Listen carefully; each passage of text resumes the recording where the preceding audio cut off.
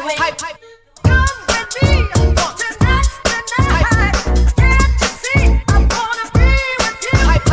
Come with me tonight. Hello, people. Welcome back. E20 Zone TV. To my right is Jamie. You know who he is, and we're here to talk about West Ham United 1, Villa 2. Fan reaction from Jamie. Jamie, how are you doing, mate?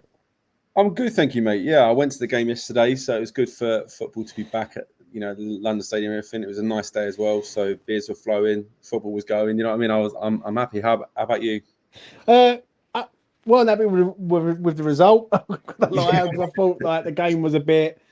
I thought it was a bit dominated in spells there, and I didn't like it. I didn't like that one. I'm not going to lie, but we're going to get into it. Jamie, give us your thoughts on the first half. Well, look, like we went in at half time at 1-1. Probably count ourselves lucky in that regard because they had a few chances to probably put the ball in the back of the net. Obviously, I think they hit the post after going 1-0 up, and pivotal part of the game. We then went and scored with a penalty that some are saying soft, some are saying stone wall, so who knows. But I was happy with the first half. I think there's clearly teething problems in the side. We can't the side that was the starting 11. I think it shocked a lot of people in terms of there not being more of the new players in there. But I think there were clearly teething problems in Lopetegui finding out his strongest squad, not being able to phase in some of the people that he's brought into the club, and then also players that were being asked one thing last year, being asked to do something completely different this year against a side that in their own right are a top quality side. They were in the top 4 last year. They're also deeper into a similar style of football in terms of deeper into the understanding that they've had Emery for longer. So I wasn't that disappointed at halftime. You're right. I think they had more of the ball. They had more of the chances, but I kind of expecting this those kind of things, and it's just I think we've all got to be a little bit more patient with our expectations of Lopetegui. You can't just expect to hit the ground running. I get that, Jamie. Don't get me wrong, I do, but I thought the team selection was completely wrong.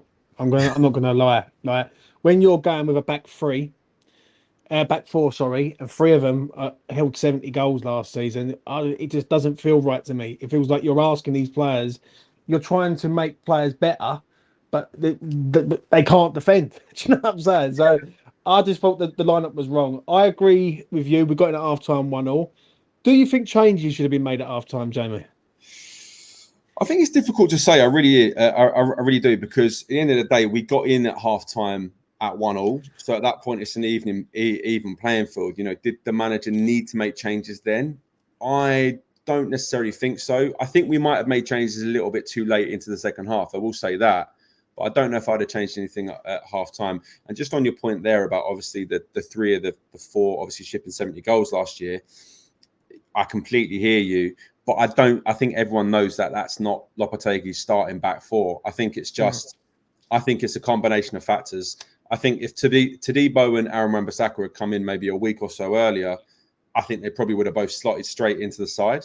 I think it's just the fact that they've come into the club so late that it's probably a little bit unrealistic to expect to go straight into the starting lineup. I mean, if it's me and I'm the gaffer, I would have thrown them all in. I would have done. But I think come 2-3 weeks time, I don't think we're going to see that starting lineup. And if we are, I think that's when we've got to start having questions. But I think. You know what I mean? I think next week, if we went with the starting back 4, I'd be shocked. So I think things will change. I think it's just going to be one of those progressive things throughout the season where we're going to have to be a little bit more patient. And the more that the season progresses, the more that we'll see the squad and the starting lineup kind of change into what we see Lopetegui's vision as. Do you know what I mean? Yeah. What did you think of the second half, Jamie? Obviously, we come out second half. I thought it was okay. I thought we held our own in moments. And then I think there was 2 key things that happened. One, they bring on John Duran, right? And which I thought, I said it. So my mate next to me who had a bet on it in play, he backed John Duran to score any time, and he did. And the second thing is the substitutions of Paqueta, Rodriguez and Bowen. All 3 of them coming off at the same time, I didn't think washed really. What did you think of the second half? I like the second half, I must admit. I mean, we all had. I had the same questions as as soon as I saw John Duran coming on, and he looked keen, and he had that first chance as well where he probably should have taken it round the goalkeeper and then hit in the side netting. So as soon as that happened, it was like alarm bells were going. It was almost like writing on the wall that he was going to get the winning goal. So yeah, like obviously that's a massive kick in the teeth for West Ham fans, obviously. But I think outside of that, I think we were probably brighter in spells in the second half, and I think that's probably not necessarily as a result of the style of play, so to speak, but more as a result of like the individual brilliance of Mohamed Kudus. And I think ultimately yesterday the key take-home points were that there's a lot of teething problems, and you saw that throughout the 90. And it was almost like a different midfield in both halves at one point, obviously because of the changes you said, and obviously changing the front line. I thought equally Fulkrug and Mikel Antonio in both halves struggled to get into the game and necessarily impact it.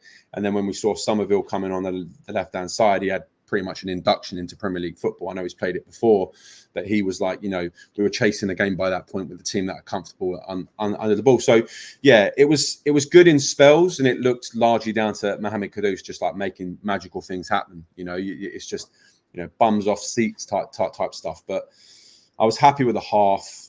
Unfortunate in terms of the result, but I think, if the game would have ended 1-1, which it could have done, the game was very, very even, I think then we all would have been happy. It's just unfortunate that, John Duran's gone and scored, What do you think of the Jared Bowen substitution? Because I can understand it on one side, that he's played 45 minutes of football basically since, the Euros, so to speak.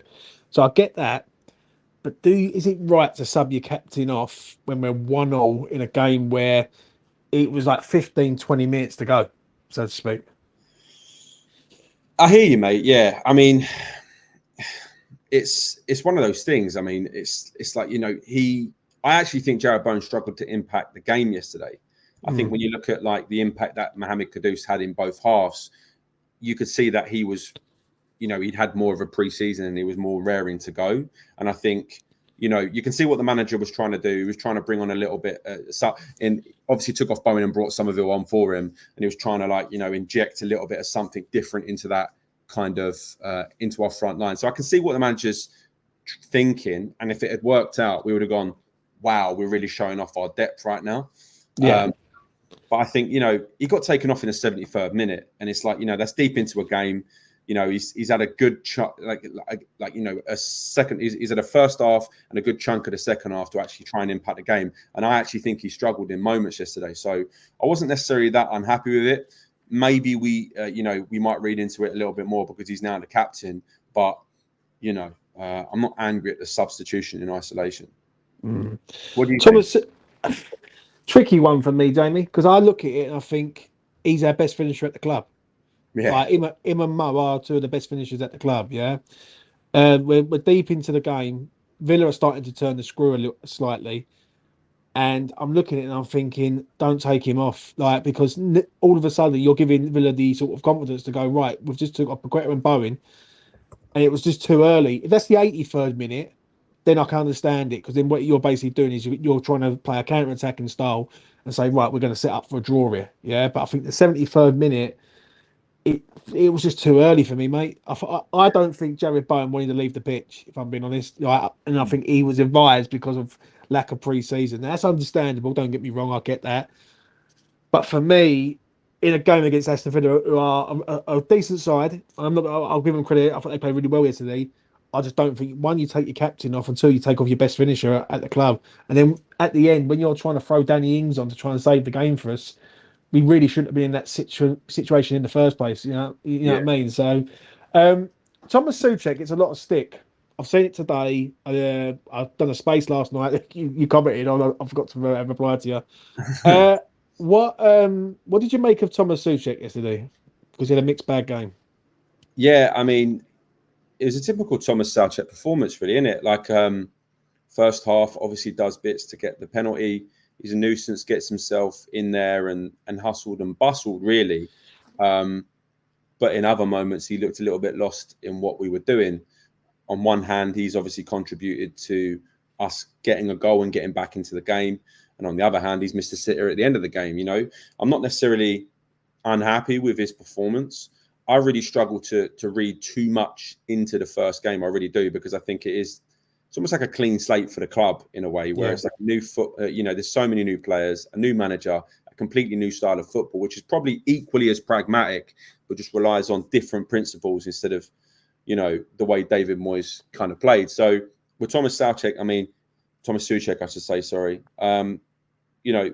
It was just a vintage performance from him in terms of he did what he's there to do. I liked him a little bit more further forward as well, because I thought he did cause a little bit more trouble, and he was getting into those kind of goal scoring positions that we've seen him in over the years.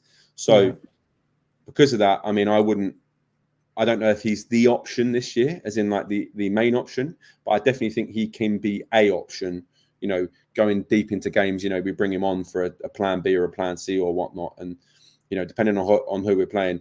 When I saw the starting lineup, I actually thought he'd been started because of Amadou Onana, and I thought he'd been brought on there to kind of stifle his height advantage and things like that. But it didn't really play out like that in terms of the game. I don't think they didn't really mark each other. So I wasn't unhappy with his performance. I don't know if he is the option. I think obviously the club is public information, isn't it? That the club are obviously out there trying to get a ball playing midfielder, and I think Thomas Soucek is probably the person who will lose his place in the starting 11.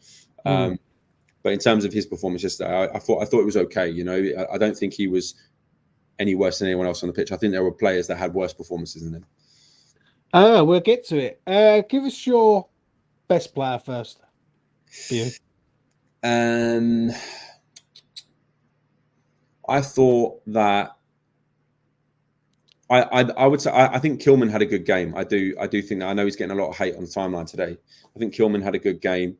I think he wasn't helped in the way that Aston Villa were pressing us, and when they were pressing us, he was having to go long all the time because he had no options short, so we couldn't play out the back. And that's some of the examples of the teething problems that I saw. But I thought across the board he was okay. And Ollie Watkins, we didn't see him all game, and I think that's kind of testament to how the defence played across the full 90. I also thought Mohamed Kudus obviously is the easy player to pick. I think, played on both sides throughout the game, and was, did some serious damage.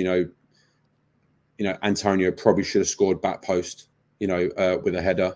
And I think it was him who put the ball into Soucek at the end, and Soucek managed to put it over. So, on another day, we could be looking at Kudus having 2 assists from that game, but it just, the luck wasn't on our hands that day, Yeah.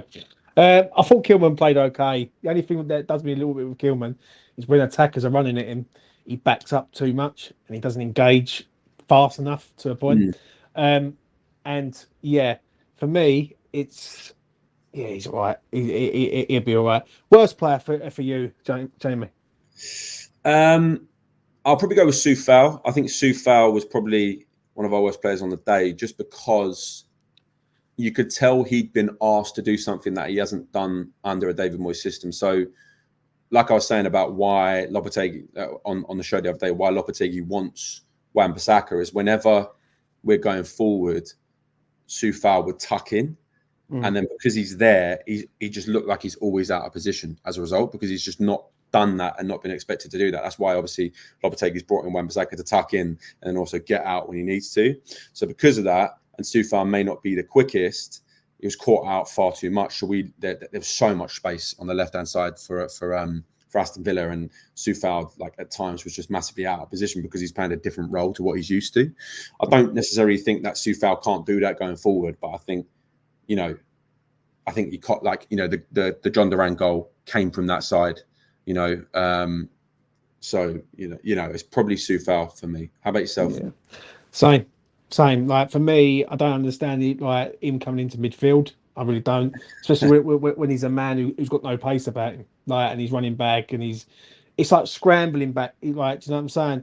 I thought Mavropanos, for me, I think the third goal, the second goal, is his position's a bit all over the place, but he's hit and miss, Mav. Like one day we look at him and think, yeah, he's all right. I thought yesterday, he was okay, but we need better than okay. If you're going with Kilman, like when you look at Kilman's performance yesterday, it was pretty decent. And then you look at everyone else's, and it just wasn't the same level. Do you know what I'm saying? So, yeah, Soufal for me, I was a bit pissed off with Lopetegui not playing Wan-Bissaka.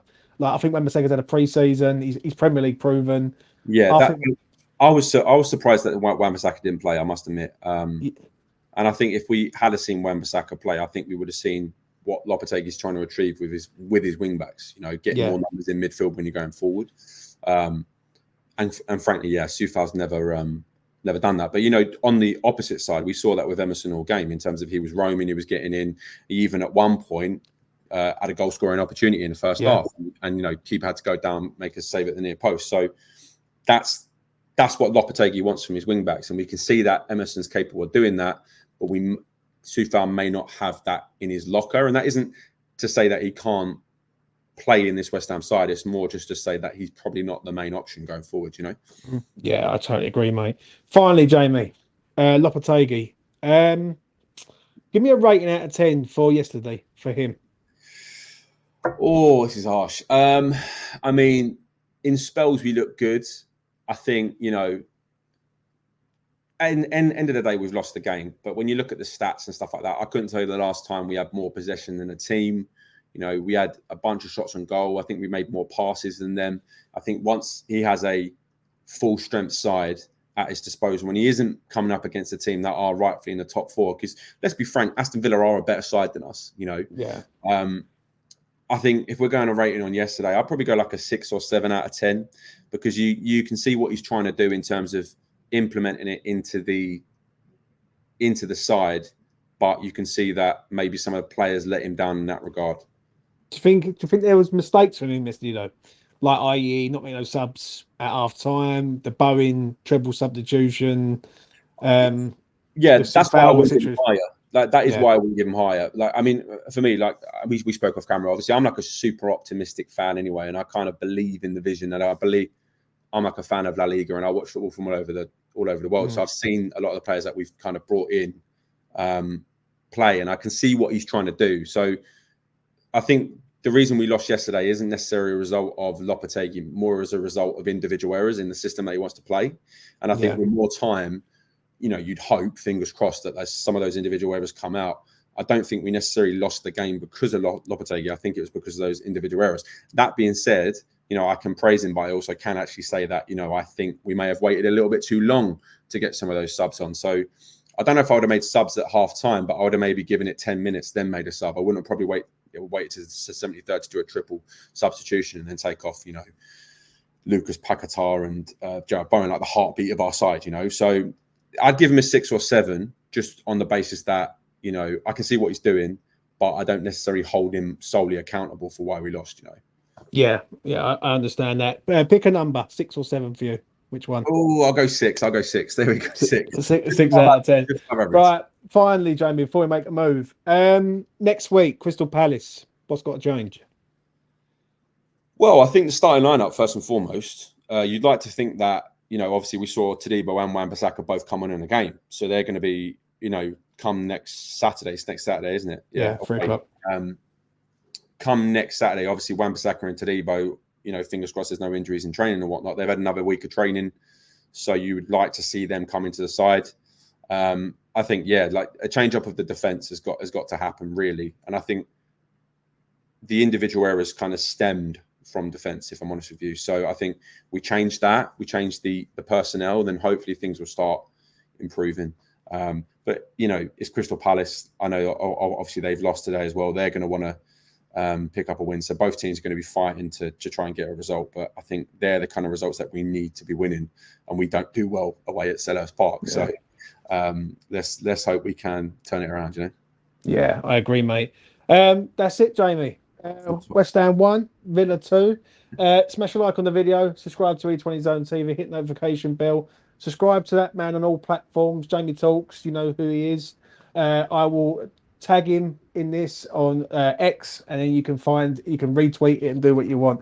That's enough. That's enough from us. Jamie, take care of yourself. You guys take care of yourselves, and I'll see you in the next one. Peace. Hype.